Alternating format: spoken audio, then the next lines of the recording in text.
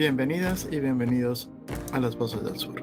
En este podcast entrevistamos a innovadores sociales del sur global y a quienes los apoyan para que puedan compartir sus historias y los cambios que han inspirado.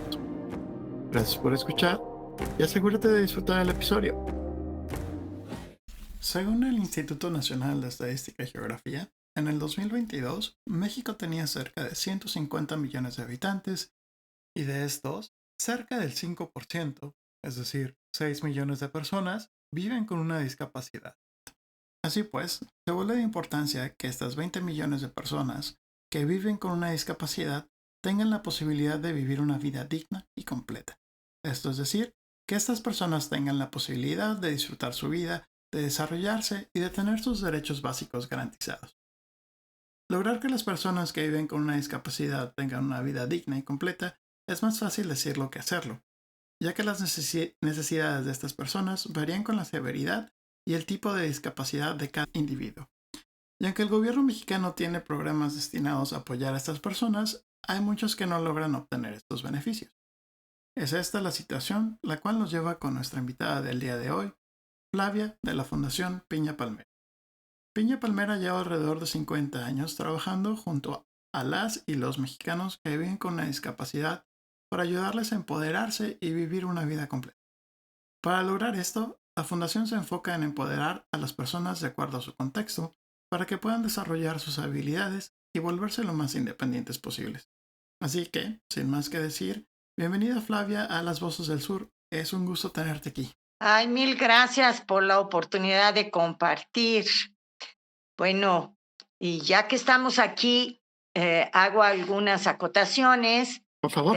Piña Palmera es una organización civil, no es una fundación, porque está creada dentro del mismo contexto en donde incide, y yo soy coordinadora general de la organización. Ok, Y perdona por los cambios. Y llevamos 40 años. De hecho, ahora en 2024 estamos conmemorando estos 40 años. Ok, eso sí, me salió mal la matemática, porque sí, me salió mal la suma, porque vi que ustedes tienen una historia bastante larga, y por cierto, y si no me equivoco, ustedes, o al menos en la página web que me compartiste, ustedes empezaron en el 84, de una manera no establecida legalmente. No formal. Fue fundada en 84 y ya ahí nos hicimos como organización civil legalmente constituida en 89. En 89, ok. Ya entendí, ya entendí. Y tú has estado con Piña Palmera estos 40 años, me imagino. No, yo llegué a Piña Palmera hace 32 años. Ok, Entonces bueno, ya estaba funcionando la organización cuando yo llegué. 32 años sigue siendo bastante. Eh, ¿Eres originaria de Oaxaca o No, de dónde no, llegas? yo tengo una historia un poco rara. Yo nací en Brasil, me vine a México y me naturalicé mexicana. Vivía en la Ciudad de México y ya me fui a la costa de Oaxaca con Piña Palmera. Mira, qué interesante. Hace poco tuve la oportunidad de platicar con una connacional tuya de Brasil y en otro proyecto que saldrá en el podcast. Eh, pero me llama mucho la atención que Piña Palmera está involucrada con muchas personas extranjeras. Digo, está Frank Douglas, que es quien funda la organización, eh, y después tenemos a Anna Johansson, que es de Suecia. No sé dónde sea Frank, pero tal vez me puedas compartir eso. Sí, Frank Douglas yo no lo conocí, obviamente, porque él se murió un año y medio después de haber fundado la organización. Él era de Estados Unidos y ahí asume Ana Johansson, quien estaba como voluntaria en aquel entonces, ¿no? Yo llegué cuando Ana sí era directora de Piña Palmera, Ujú. hace 32 años. Se me hace Muy interesante. Y bueno, vamos a hablar después de esto, porque obviamente la involucración de personas del extranjero y, bueno, tal vez esté delatando un poco lo poco que hace el gobierno mexicano para ayudar a las personas que viven con una discapacidad a desarrollarse y empoderarse de una manera adecuada. Sin embargo, antes de empezar a tratar ese tema, me gustaría ver si nos puedes contar un poquillo más de la historia temprana de la organización. Ya hablamos de Sara, ya hablamos perdón, ya hablamos de Ana y ya hablamos de Frank. Ellos son los que inician, ellos son los que empiezan, pero no sé si nos puedas contar un poquito más las razones o las ideas que los llevan Claro. a crear esta organización. Bueno, obviamente hace 40 años, como es una zona rural e indígena, pues no había nada, ni casas de salud. Entonces, obviamente las personas con alguna condición de discapacidad estaban completamente desatendidas, ¿no? Es más, ni sabían que tenían una discapacidad por parte de las familias, ¿verdad? Entonces, Frank Douglas se fue dando cuenta de este tema y quiso hacer un albergue. Ahí, bueno, pues Ana llegó junto con él y fortaleció un poco este trabajo en el sentido de ver el tema de salud, de cómo poder apoyarlos en cuanto a su calidad de vida. Y así fue el inicio del proyecto. Eso es, tenía en aquel entonces, como muchas de las organizaciones civiles, un enfoque asistencial y médico para el tema de la discapacidad. Ok, entonces empiezan con un enfoque un poco asistencial para aquellos que nos están oyendo y no sepan qué significa eso. Básicamente se refiere a las acciones que organizaciones como fundaciones o ONGs toman de aliviar la necesidad inmediata. Sin embargo, estas acciones muchas veces no se traducen a un empoderamiento o un cambio sistemático. Y aunque son muy importantes, porque muchas veces lo que una persona necesita es aliviar la situación en ese momento, rara vez se traducen a un cambio más permanente. Entonces ustedes empiezan como una asociación asistencialista que busca apoyar a las personas que viven con una discapacidad en la costa oaxaqueña. Y bueno, como mencionabas tú, el Estado había abandonado un poco o ha abandonado un poco la región, me imagino, porque no sé qué tan cerca o qué tan lejos estén de Huatulco, que es la ciudad más grande de la costa. No, la ciudad más grande, no sabría decir si realmente es Huatulco o Puerto Escondido, ¿no? Ahora, hoy en día. Puerto Escondido es la más grande Pero ahora, mira. nosotros estamos en medio de Puerto Escondido y de Huatulco. Y tampoco era tan fácil llegar a Huatulco ni a Puerto Escondido y tampoco había tantas opciones. Tenían que ir a la ciudad de Oaxaca realmente para poder tener una revisión médica, ¿no? De hecho, hasta el día de hoy, así es. Hay algunas opciones ahora en Puerto Escondido, pero son privadas. Pero desde el gobierno solo había en la ciudad de Oaxaca. Entonces era un peregrinar porque ir desde Zipolite, que es donde está Piña Palmera, hasta la ciudad de Oaxaca, en aquellos entonces, además, son 7 horas de muchas curvas con personas con discapacidad para que ellas pudieran acceder a algo de salud en aquel entonces. Hoy Ok, en día hay cambios muy importantes, ¿cuáles son obviamente. estos cambios? Bueno, en primer lugar, reflexionamos sobre la propuesta de ser un albergue, ¿no?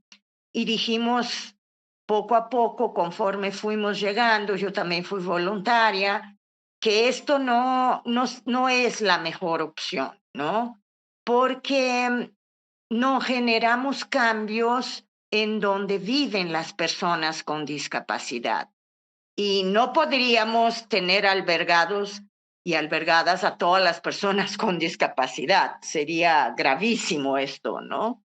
Y entonces empezamos a repensar junto con otros voluntarios y voluntarias que sí venían de Suecia y que habían tenido una experiencia con la estrategia de rehabilitación basada en la comunidad para poder iniciar un proyecto en las propias comunidades en donde viven las personas con discapacidad y sus familias.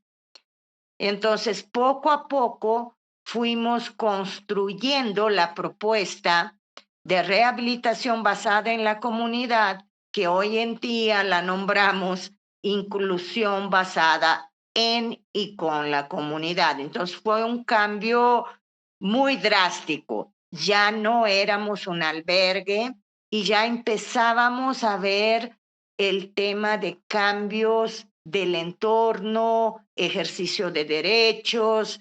Entonces fuimos transitando a un enfoque más social y más de derechos humanos. Qué interesante y bueno, qué bien que ustedes deciden hacer este cambio, porque bueno, como mencionábamos anteriormente, las actividades asistencialistas, si bien necesarias, tienen un límite muy marcado. Y es una vez que se termina la emergencia o una vez que se satisface esa necesidad básica que está en necesidad de ser satisfecha, su alcance y su alcance y su impacto deja de ser tanto, ¿no? Eh, no sabía que la comunidad de Suecia bueno, que los suecos llegaron hasta allá. Y se me hace interesante que estén jugando un papel tan importante en lo que es una comunidad relativamente pequeña en México, porque literalmente están del otro lado del mundo. Este, y bueno, ¿tú ya te unes cuando estaba todo el modelo o tú No, entras yo trabajando? inicio la reflexión para ir cambiando este modelo junto con la propuesta de los voluntarios y voluntarias de Suecia que llegaron, ¿no? Intentando fortalecer más procesos comunitarios y la participación más activa de diferentes actores sociales desde la comunidad, como son las autoridades locales, el personal docentes para las escuelas regulares, el personal de salud existente, los transportistas, en fin, todos los grupos sociales que inciden en la comunidad, fuimos generando un proyecto colectivo con las personas con discapacidad y sus familias, y de esta manera también trabajamos el empoderamiento de las mismas personas con discapacidad. Aclaro que la rehabilitación basada en la comunidad, que nosotros nombramos inclusión basada en la comunidad, tiene una matriz. Y esa matriz contempla 5 elementos básicos, que es salud, educación, sustento social y empoderamiento. Y por ello pudimos ir fortaleciendo una propuesta desde un enfoque mucho más de ejercicio de los derechos humanos en cada localidad, reconociendo los diferentes contextos, porque es una zona muy compleja desde la geografía hasta los diferentes contextos. Algunas son solo rurales, otras son rurales e indígenas, otras son urbanas pero de alta marginación. Entonces teníamos que ir adecuando todo esto junto con las personas con discapacidad y sus familias. Ok, ustedes aventaron un paquetote entonces, porque bueno, para ustedes, para los que no conozcan México, México tiene una gran y diversa población de comunidades y de poblaciones originarias. Si no me equivoco, en la costa oaxaqueña puedes encontrar a los zapotecas, a los mixtecos, y se me está yendo. Latinos, Y bueno, creo que hay hasta 5 poblaciones originarias en la costa oaxaqueña. sí, sí, Y, sí. y bueno, las relaciones entre estas poblaciones pueden ser amigables o pueden ser de plano que no trabajen entre ellas. Entonces, todo eso le vas agregando complejidad al proyecto que ustedes estaban realizando. Me encanta que pudieron crearlo desde abajo, me encanta que pudieron armar todas las piezas y empezar a crear un modelo que deja a las personas que viven con una discapacidad desarrollarse en el contexto en el que viven, lo cual habla genialidades de ustedes y del equipo. Eh, Me voy a saltar una de las preguntas, aunque después voy a regresar, y me gustaría preguntarte, ¿qué tan difícil fue ese proceso? Qué tan complicado fue agarrar todas estas piezas que no necesariamente iban a jugar con unas con las otras para empezar a crear esto? No sé si nos puedes contar un poquito de tu experiencia al Claro. inicio. Bueno, hay que tomar en cuenta que el equipo de Piña Palmer es muy diverso y sobre todo cuenta con personas que son de las comunidades. Y eso nos permite tener un lenguaje muy apropiado para poder llegar a las otras localidades, ¿no? Esa diversidad nos permite crear cosas muy creativas realmente, ¿no? Como poder colocar cada elemento necesario desde el contexto, vincular cada actor social desde su propia responsabilidad. Tardó muchísimo tiempo para construir una propuesta que continúa abierta y continúa actualizándose y mejorando, porque obviamente los retos nos enseñan también cómo ir construyendo nuevas propuestas. Ahora en el equipo hay personas también con diferentes condiciones de discapacidad que también ellas van incidiendo directamente en cómo ir construyendo acciones de accesibilidad, tomando en cuenta la accesibilidad universal, que tiene que ver no solo con el acceso físico, sino con la comunicación adecuada, utilizar acciones muy sencillas y prácticas para la vida diaria, para la vida independiente. Entonces, este equipo que es muy, muy diverso ha permitido crear acciones que respondan inmediatamente a lo que requieren las personas con discapacidad. Además, nosotros siempre hemos tenido como bandera la Convención sobre los Derechos de las Personas con Discapacidad, pero no como letras, sino como acciones concretas de derechos que tienen que ser llevados a cabo desde y con la comunidad, con presupuestos desde el municipio. Y eso implica talleres de sensibilización, talleres de concientización, reuniones constantes y mucho empoderamiento con las personas con diferentes condiciones de discapacidad. Suena muy padre.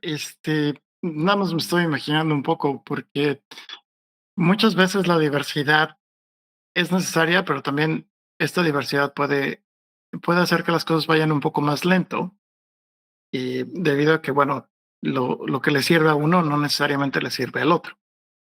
Sin embargo, eh, y con el tiempo, como tú mencionaste, ustedes han logrado crear un modelo que les permite ahora reaccionar rápidamente a lo que necesitan y ser increíblemente flexibles. Entonces, lo que se podría haber considerado no una debilidad, pero tal vez un reto, el de cómo integrar toda esta diversidad, ustedes lo han creado en una fortaleza, y eso me suena genial. No sé entonces si nos puedes compartir un poco más del equipo que está contigo.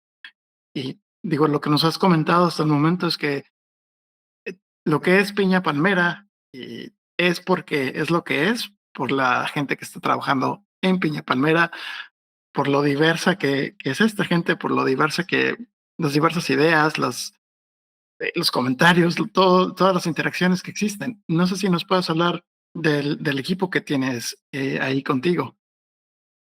Claro. Por ejemplo, como bien dices, las cosas son lentas, pero también afortunadamente el ámbito rural, indígena, es muy lento. Y tuvimos que aprender a ser muy, muy pacientes en los pasos a tomar y muy abiertos y abiertas a cualquier propuesta y crítica también, porque obviamente estos 40 años no están exentos de errores que hemos aprovechado para crecer al interior del equipo y al interior de las comunidades. Por ejemplo, tenemos a un compañero que ha trabajado con nosotros desde muy chiquito. Eso es, nosotros íbamos a la localidad donde él vivía. Es un joven con sordera y lo capacitamos en lengua de señas, capacitamos a sus maestros para hacer adecuaciones curriculares, hacíamos talleres de lengua de señas con los niños y niñas en ese entonces. Y hoy en día él es parte del equipo, ya es un joven y él mismo nos va indicando cómo tenemos que ir haciendo las acciones para la inclusión educativa, para que la familia se vaya capacitando de manera progresiva. Igualmente tenemos una compañera que es de la localidad y es capacitada en terapia física y ella es familiar de personas con discapacidad intelectual. Entonces, ella sabe cómo llegar a estas familias cuando hay conflictos, cuando hay dentro de la familia situaciones muy difíciles y poder tener el oído abierto para escuchar atentamente cuáles son los retos y buscar juntos con la familia las respuestas, no querer darlas desde nosotros. Eso es, los y las especialistas son las personas con discapacidad y sus familias. Nosotros acompañamos los procesos y cada quien con su experticia. Así es como actuamos desde el equipo. Hola, este es Carlos, el presentador de Las Voces del Sur. Espero que estés disfrutando el episodio. A nosotros nos encanta tenerte aquí. Esta es una breve pausa para pedir tu ayuda. Como sabes, somos un pequeño proyecto independiente que sobrevive principalmente del voluntariado. Como tal, dependemos del apoyo de nuestros oyentes para llegar a más oídos. Entonces, si te gusta nuestro trabajo y deseas apoyarnos, considera calificar el podcast y compartirlo. Gracias a estas pequeñas acciones, nos estás ayudando a crecer y lo más importante, estás ayudando a otros a conocer las historias y el impacto de personas maravillosas que están cambiando el mundo. Gracias por oírnos y ahora sí, continuamos con el episodio. Ok, y sí, es necesario admitir que, bueno, las personas que viven con la discapacidad son las expertas en su situación. Al final del día se levantan todos los días en esa situación. Ellos y ellas son las que saben que necesitan más. Y lo cual se me hace un acercamiento muy padre al proyecto porque muchas veces, y bueno, en México, las instituciones muchas veces toman el acercamiento totalmente opuesto, ¿no? Es yo, institución, voy a hacer lo que yo pienso que está bien para ti, independientemente de si tú sabes que esto es lo que quieres o no. Y bueno, que también es, por ejemplo, lo que está sucediendo con Elon Musk y su creación de este chip neural, que en teoría va a ayudar a las personas que viven con una discapacidad cuadraplégica, pero hasta donde va el proyecto, jamás han sentado a preguntarles a estas personas, oye, este chip, ¿esto es lo que quieres o quieres hacer otra cosa? Lo cual es, yo diría, básico para el grupo de personas que va a utilizar tu producto, ¿no? Claro. Y entonces, bueno, ustedes ya llevan 40 años trabajando, lo cual se dice fácil, pero no es sencillo. ¿Y cuál piensas tú que sería la salsa secreta para que Piña Palmera funcione como está funcionando? Hemos mencionado el equipo, la importancia de trabajar en equipo, la importancia de respetar la diversidad de este equipo. Tal vez esa es la salsa secreta, pero tal vez tengas otra, no sé, tú dime. Sí, yo creo que esos dos elementos son claves, pero además nosotros estamos en un espacio en donde si no existiéramos, las personas con discapacidad estarían absolutamente muertas o en condiciones espantosas. Y tenemos todos un mismo fin. Y además, sí, nosotros vamos un poco en contracorriente. Nosotros sí creemos en la justicia social, nosotros sí creemos que otro mundo es posible y por lo tanto estamos muy abiertos y abiertas a buscar otras opciones que el mundo actual no entiende. Y incluso con este ejemplo que acabas de dar, ¿no? Para la gente que tiene cuadriplegia, igual hay miles de otras propuestas para gente con otras condiciones de discapacidad que nosotros creemos que va enfocada a la normalización de las personas. Nosotros no le apostamos a eso. Nosotros le apostamos a saber qué es lo más importante para ti como persona, independientemente de la condición de discapacidad, y desde ahí trabajar desde el entorno familiar y el entorno comunitario. Y si podemos sumar a otros grupos que se encuentran también discriminados y ver desde dónde podemos cambiar ese entorno, esta es la apuesta de una propuesta social y de derechos. Tenemos que ver a todos los grupos que se encuentran en situación de discriminación y las personas con discapacidad obviamente son objeto de discriminación en todos los ámbitos, sobre todo si están en una comunidad rural, indígena, muy, muy aislada. Sí, me imagino que, bueno, entra cuestiones culturales, entran cuestiones institucionales. Y el simple hecho, por ejemplo, de que muchas de las ciudades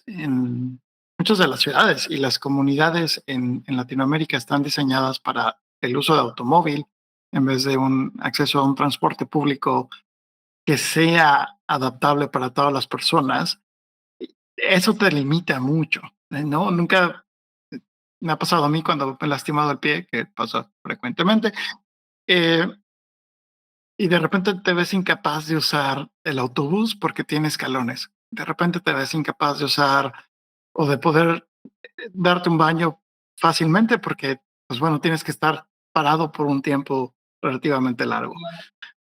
Y cuando no pensamos, o sea, cuando no vivimos en este tipo de situaciones, pues obviamente nos falta empatía muchas veces, lo cual es una pena, pero me gustaría decir, y corrígeme si sientes que estoy mal, que la salsa secreta, la razón del éxito de Piña Palmera es su gran capacidad para ser empáticos y su gran capacidad para usar esa empatía, aprender esa empatía y generar ideas que ayudan a cambiar la sociedad desde abajo para arriba. Sí, sí, y el respeto a las diferencias, porque eso es fundamental.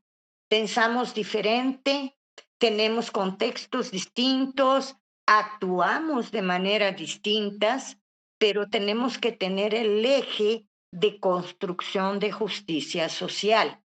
Y desde ahí tenemos que incluir más que generar, procesos exclusivos. Tampoco queremos generar que las personas con discapacidad sean las únicas que puedan acceder a estas propuestas, ¿no? Creemos que desde las mismas personas con discapacidad se pueden generar propuestas para cualquier sector, hablando de accesibilidad, por ejemplo. Sí, definitivamente digo, mi tío es o era ciego, y decíamos que él no tanto vivía con una discapacidad, más bien él hizo de la discapacidad de su ceguera una forma de vida, este, porque bueno, hasta se volvió fotógrafo ciego, ¿no? Sí, sí, Eh, que es un poco contraintuitivo, porque el arte de la fotografía es muy visual y que una persona que es débil de visión o que no es capaz de, no tiene visión, se vuelva un fotógrafo, como que tu cerebro tarda un poco en comprender cómo eso funciona, ¿no? Y, y por supuesto es eso, ¿no? No estamos buscando que, que solamente las personas que viven con la invidencia, que viven con una visión débil, sean con la las únicas que sean ceguera. fotógrafas, ¿no? O que viven con Claro, ceguera, sean las únicas que sean fotógrafas, sino que todo mundo, independientemente de si tienes o no una discapacidad y te gusta la idea de ser fotógrafo, pues lo puedas lograr, ¿no? Puedas acceder claro. a ese objetivo. Si Eh, es tu habilidad, esto es lo importante. Si es tu habilidad.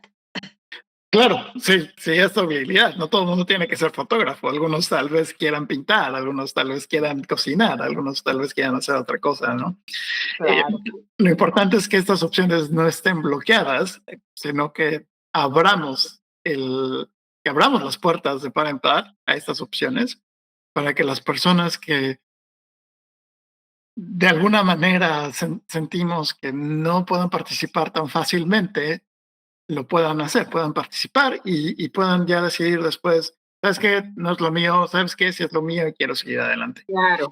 Esto nos lleva a la mitad de la entrevista y nos lleva a la parte que a mí me gusta más, que son el logro más significativo para ti, Flavia, que tú sientas que es el logro que te dice, que te ayuda a levantarte todos los días y que dices, es por esto que me levanto todos los días a hacer el ayudar a Piña Palmera, a trabajar con Piña Palmera. Esa es la primera pregunta. La segunda pregunta es, ¿cuál es el error más grande que ustedes o que tú piensas que han cometido o si lo quieres tomar de manera personal, que tú, Flavia, has cometido trabajando con Piña Palmera? Y no es para evidenciarte, no es para hacerte sentir mal, sino es que para que las personas que nos estén oyendo, que esperamos sean innovadores sociales que están iniciando, puedan oír estos eventos, puedan Claro. sentirse un poquito más cómodos y decir, bueno, ok, si Flavia y Peña Palmera, que tienen 40 años trabajando, cometieron errores, yo puedo cometer errores y salir adelante y tener un proyecto 40 años eh, en el futuro, ¿no? Claro. No es el fin del mundo. Mm, Tú eliges con cuál quieres empezar, ya sea con el éxito o con el error más Y grande. bueno, yo creo que los logros, en primer lugar, es poder existir en 40 años, porque nosotros estamos en una zona de desastres naturales y hemos tenido que sobrevivir a huracanes, inundaciones y varias destrucciones de todo lo que hemos construido y hemos podido levantarlo, por supuesto, con la colaboración de mucha gente que es aliada incondicional del proyecto, ¿no? Igualmente, creo que uno de los logros fundamentales es contar con un equipo tan comprometido, ¿no? Y que sea tan diverso. No es muy fácil mantener en 40 años un equipo con diversidad y poder confluir en acciones, ¿no? Y por otro lado, pues saber que cada día que tenemos, ¿no? Piña tiene propuestas, tiene gente ahí demostrando que sí es factible y posible construir nuevas estrategias, hacer frente a este mundo tan desigual y generar propuestas para ir construyendo justicia y tener gente con discapacidad tan comprometida y tan eficiente en las acciones que están haciendo. Creo que estos son los logros que pudiera yo enunciar, ¿no? Y creo que sí, hemos cometido muchos errores, ¿no? A veces nuestra propia estructura personal tiene que ver con estos errores. Me acuerdo que llegamos a una comunidad y propusimos el inicio del proyecto de rehabilitación basada en y con la comunidad, pero bueno, la gente nos miraba como si habláramos un idioma completamente desconocido, ¿no? Y bueno, fue como muy decepcionante esta reunión que tuvimos en una comunidad de la sierra. Regresamos y cuando reflexionamos nos dimos cuenta que ¿cómo era posible que nosotros hubiéramos ido a un lugar para ofrecer una acción sin que esta gente no nos hubiera buscado antes? Esto fue el aprendizaje mayor que tuvimos. No hay que tener certezas, hay que tener muchas dudas. Y es las mismas personas de la comunidad las que tienen que buscarte, no importa quién sea, si es una persona con o sin discapacidad, si es un familiar, si es un maestro o maestra, si es un doctor, si es un vecino. Son ellos los que tienen que tener claro que hace falta desarrollar acciones en la comunidad para que las personas con discapacidad puedan ser más visibles y más activas. Este fue uno de los errores fundamentales y que desde ahí cambiamos drásticamente nuestra estrategia y por eso se llama inclusión basada en y con la comunidad. Es la comunidad la que va determinando los pasos y vamos construyendo con ellas. Qué bonita historia, porque, bueno, sí, fue un error acercar, ofrecerle a alguien algo que tal vez no querían. Eh, Sin embargo, ustedes aprenden de este error y crean un modelo que es el que les ha servido por 40 años. No pude encontrar el número de personas que han ayudado, pero me imagino que son bastantes. Y de nuevo, el hecho de que ustedes sigan funcionando 40 años después de la fundación, que han sobrevivido desastres naturales, que han sobrevivido huracanes, tormentas, terremotos, todo lo que sucede en el sur de México, pues bueno, habla de que tienen Claro. unas bases muy sólidas, ¿no? Sí, efectivamente, ¿no? Y bueno, creo que han pasado por el proyecto en estos 40 años más de 5,000 personas con diferentes condiciones de discapacidad. Y actualmente participan activamente 385 personas con diferentes condiciones de discapacidad. Porque no tenemos, por ejemplo, trabajamos mucho con ancianos y ancianas, ¿no? Que es un tema muy importante en las localidades rurales indígenas. Entonces, no tenemos una fecha límite para poder trabajar con las personas, las que quieran, con cualquier condición de discapacidad y cualquier edad. Y es un tema muy importante para el futuro que viene para muchos países, porque bueno, ahorita estamos en la meseta de la pirámide poblacional y tenemos a muchas personas de mediana edad, pero después va a ser al revés, después vamos a tener muy pocas personas de mediana edad, muy pocos nuevas personas naciendo y vamos a tener una alta población en, en la tercera edad. Y muchas veces, o muchos de los casos, vamos a sufrir, bueno, no vamos a sufrir, pero vamos a tener que aprender a vivir con una discapacidad, ya sea algo muy pequeño, tal vez como perder un poco tu capacidad auditiva, o algo mucho más grande como necesitar Claro. ayuda para poder comer o poder ir al baño, ¿no? Que es algo que tal vez ahorita no pensamos, pero que está severamente presente en el futuro. Claro, y por ello, pues sí, tenemos que ir creando un envejecimiento digno y sobre todo reconociendo los requerimientos que tiene cada persona, ¿no?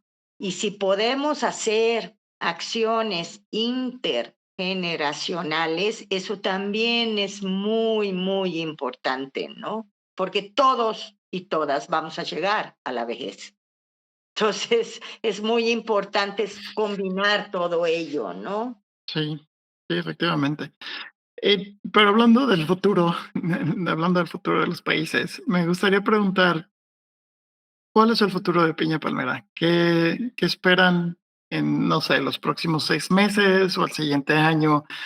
No sé si nos puedan contar un poquito de lo que quieren conseguir para el futuro cercano. Bueno, nosotros ahora que estamos en los 40 años, pues estamos construyendo todas las acciones importantes desde la inclusión basada en y con la comunidad, ¿no?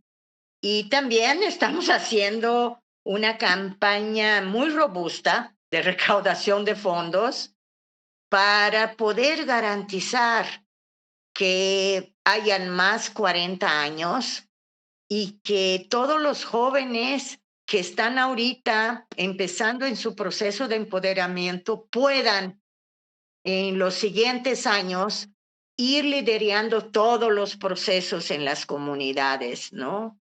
Además de poder incidir también en lo que son las leyes en México, ¿no?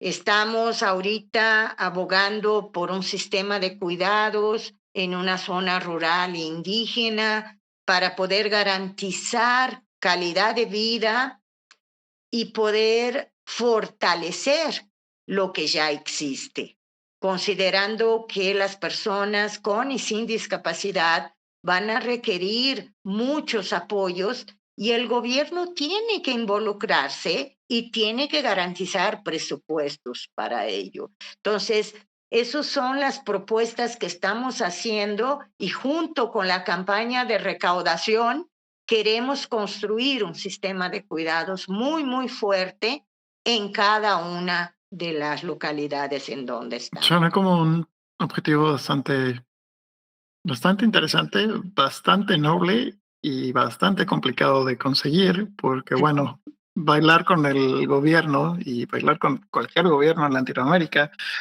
es un baile que por lo regular terminas machucado, ¿no? Pero les deseo lo mejor de las suertes para lograr esos objetivos.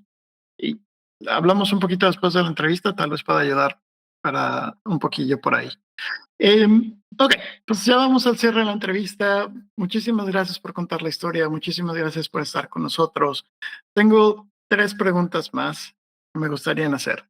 La primera es, me gustaría preguntarte, ¿qué le recomendarías a los nuevos innovadores sociales que están iniciando?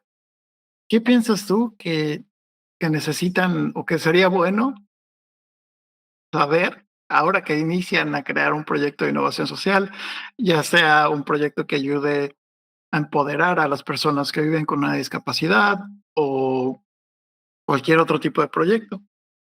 Bueno, en primer lugar, me parece importantísimo ir construyendo enfoques más sociales, ¿no? Esto es para entender cómo vive esa persona con discapacidad, en dónde vive, qué requiere, que tengan un mapeo real de las condiciones a las que se enfrenta esta persona con discapacidad, para no imponer acciones y más bien construir de manera colectiva propuestas que realmente puedan fortalecer ese empoderamiento y que sea la misma persona con discapacidad la que vaya reflexionando sobre sus requerimientos y los retos que tiene para ir cumpliendo sus requerimientos y las propuestas que puede construir para ello. Ok,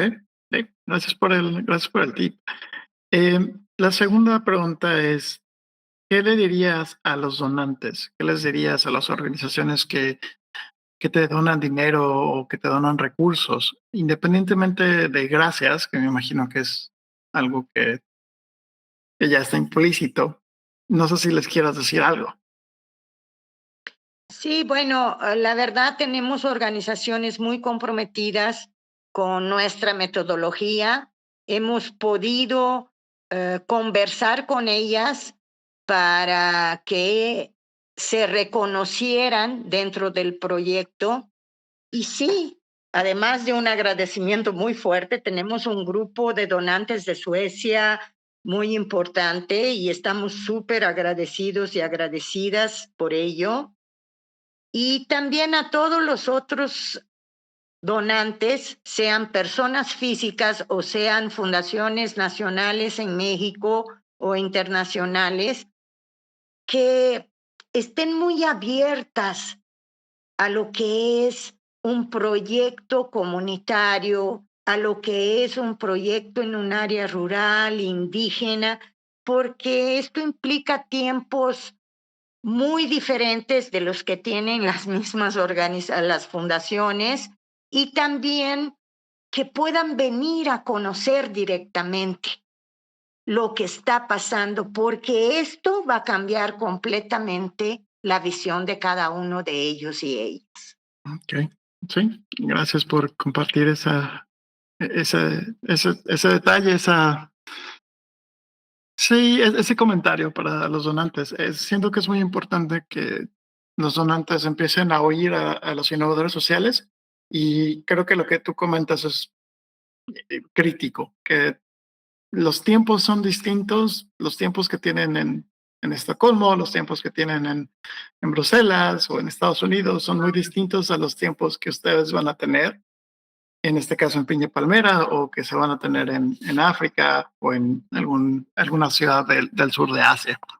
Ok, la última pregunta es si tienes alguna, bueno, más bien, la última pregunta es abierta para ti. Es un espacio que tú puedes mencionar lo que tú sientas que tal vez no exploramos en la entrevista y que quieras compartir al mundo. Bueno, lo que sí sería súper importante es que en estos 40 años mucha gente más se pueda sumar a esta propuesta, que es una propuesta que va mucho más allá de la inclusión de las personas con discapacidad, tiene que ver con una idea de otro mundo es posible y que tenemos la obligación de ir construyendo procesos sociales mucho más justos para todas las personas y que se unan a nuestra recaudación de fondos, que sean donantes que vengan a conocer el proyecto y que podamos construir juntos y juntas nuevas propuestas para este mundo que es tan desigual y violento y que nosotros creemos que como personas podemos ir cambiando, aunque sea con una semillita desde donde estamos construyendo. Perfecto, gracias por compartir eso. La última parte es, ¿alguna red social que quieras compartir? Bueno, nosotros estamos en Facebook y en Instagram. Nomás es colocar Pina Palmera y también nuestra web está ahí para que todos puedan acceder y es www.pinapalmera.org y súper bienvenidos y bienvenidas a que puedan interactuar con nosotros. Ok, pues sería todo por nuestra parte. Muchísimas gracias por estar en las Voces del Sur, Flavia. Ha sido un gusto tenerte. Gracias, muchas gracias por la oportunidad. Esto es todo por hoy. Nos gustaría agradecer a todos nuestros Patreons que nos han ayudado a mantener este proyecto. Y si te gustó el episodio, asegúrate de compartirlo y calificarlo. Nos estamos viendo en la próxima edición de Las Voces del Sur.